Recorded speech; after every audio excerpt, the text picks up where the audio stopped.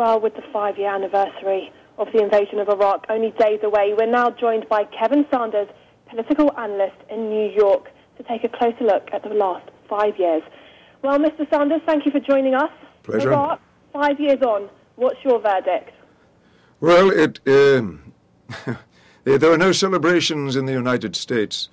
Everybody would like to be able to forget what has happened, but they can't and they won't, and they shouldn't. This is, in the words of General McCaffrey, speaking at a gathering at the Council on Foreign Relations here in New York a couple of days ago. He said that the invasion of Iraq was the biggest military disaster in American history. And undoubtedly that has been true and is being seen ever more as not merely a disaster, a catastrophe, and not just for the United States, but for much of the world, certainly for stability in the Middle East, certainly for the people of Iraq, for the general well-being of peace and prosperity around the globe. It has been a terrible and damaging event. I think that eventually it will be determined that it is not merely a disaster, but a crime.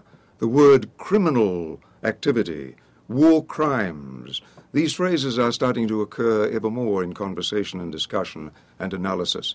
And I think that... Cut you in there, because I was actually going to... You're bringing me neatly onto my next question. Just want to say, you're saying that people want to forget what's happened. Well, one thing they've clearly forgotten is that 5 years on, we hardly hear a mention of the fact that this war was waged on the false idea of Saddam Hussein having those weapons of mass destruction deployable within 45 minutes. Is anyone at the top ever going to be made accountable for the mistakes made going into this war? You're mentioning criminals. Are they going to be made criminals over this matter? I think so. I think eventually people will go to jail amidst international ignominy when it is discovered how this was done. I mean, this war, America went into this war on the wings of a lie, and it was not a mistake or an error or a problem of bad judgment. This was a lie. This was a deliberate falsification. In fact, it was specifically based on a forged document claiming that Saddam Hussein was trying to buy uranium from Niger. Now, there are a lot of people who are starting to ask, how did that document, A, come into being, and B, get into the White House, and C, end up in the President's State of the Union address just before America went into war? There is something dreadfully evil in this, and journalists should use that word carefully, but yes, there's something evil at work here, and the investigation into this, I can assure you, will continue, and it will continue beyond this administration into the next administration. There will be investigations. Already the names are being collected for subpoenas, and various people very close to Dick Cheney and Karl Rove, recently retired from the White House to spend more time with his family, just in time perhaps, because he, I suspect, is going to be one of the key figures who will be the link point between that forged document and America's war in Iraq. Well, from that dossier to a more recent report, this week the US administration tried to bury the release of a report confirming there was no direct link between Saddam and al-Qaeda, another main factor and reason going into the war. Why are they trying to bury it? Because this again was another part of the vast lie upon which they based their invasion. It was sad that even 3 years into the war, a majority of Americans still thought that Iraq was directly involved in the attack of 9/11. Now, finally, nearly a year or so ago, Bush finally cornered on this, said, well, we find no concrete evidence to link Iraq with 9/11.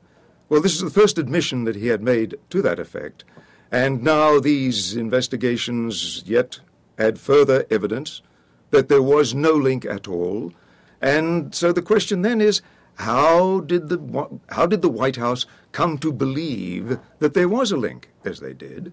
And how did they deliberately mislead the American people so that at least half of the American people, probably to this day, still think that Iraq was involved in 9/11. These are the lies that will be teased apart. Sorry to cut you short there, but I just want to squeeze in one last question. In 2003, a CBS poll showed that 62% of Americans believed that the threat of terror would increase if war was waged with Iraq, and that a diplomatic solution should first be attempted. It almost shows that the US public had a hindsight that their politicians did not. What about now? What is US public opinion about the war 5 years on, and how is it affecting policy in the country, especially with the upcoming elections? Well, it is central to the election because the key element, the key issue of the election is the war in Iraq. Hillary Clinton supported it, or supported George Bush, gave him the permission to do what he wanted to do, and Obama opposed it. So that gives an advantage to Barack Obama, which will probably make him the next president. And it's within the military itself. Very important voices are being raised. Admiral Fallon, who was against the war in Iraq from the very beginning, has now been fired. He didn't resign. He was fired. He was given 24 hours to get out, and he has. And I think that it would be a very shrewd move if I were an advisor to Barack Obama. I would urge him to immediately appoint Admiral Fallon as one of his key military advisors. Okay, Mr. Kevin Sanders, political analyst in New York, thank you for joining us and giving us your views. We're coming up to 5 years after the invasion of Iraq. Thank you. Kevin, thank you very much. Thank you. Thank you. Okay, all the best. I'll Thank you. See you later. Bye-bye Thanks a lot. now. Bye.